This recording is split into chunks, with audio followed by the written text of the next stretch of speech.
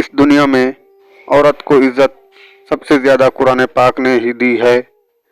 مرد کا گناہ ایسے ہوتا ہے جیسے اس نے کیا ہی نہ ہو، اور عورت کا گناہ ایسے ہوتا ہے کہ جیسے گناہ کو ایجاد بھی اس عورت نے ہی کیا ہو۔ عورت اگر بیوی ہے تو غلام ہے، بیٹی ہے تو بوجھ ہے، اور اگر بہن ہے تو شک کا شکار ہے۔ بس اب ہمارا یہ حال ہے کہ عورت ماں کے روپ میں ہی کچھ اہمیت کی حامل رہ گئی ہے۔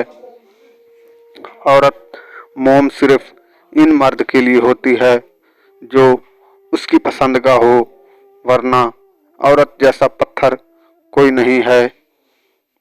مرد یہی سوچتا اور سمجھتا ہے کہ عورت محفوظ نہیں، مگر یہ نہیں جانتا کہ کس وجہ سے وہ محفوظ نہیں ہے۔ مرد کو خوش کرنے کے لیے عورت کیا سے کیا کرتی ہے، خود کو بدلتی ہے، اپنا اندر اور باہر سب کچھ مرد کے مطابق بدل دیتی ہے تاکہ مرد ناراض نہ ہو اور اس کی نظر نہ بدلے۔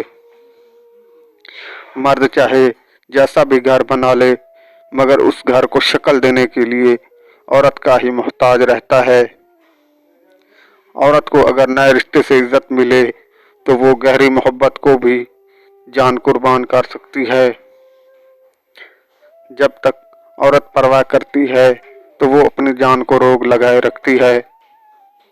عورت کی خاموشی مرد کو بے قرار اور بے چین کر دیتی ہے، پھر مرد روتا ہے، چلاتا ہے، اور عورت کی خاموشی ہی مرد کو چلانے کے لیے کافی ہوتی ہے۔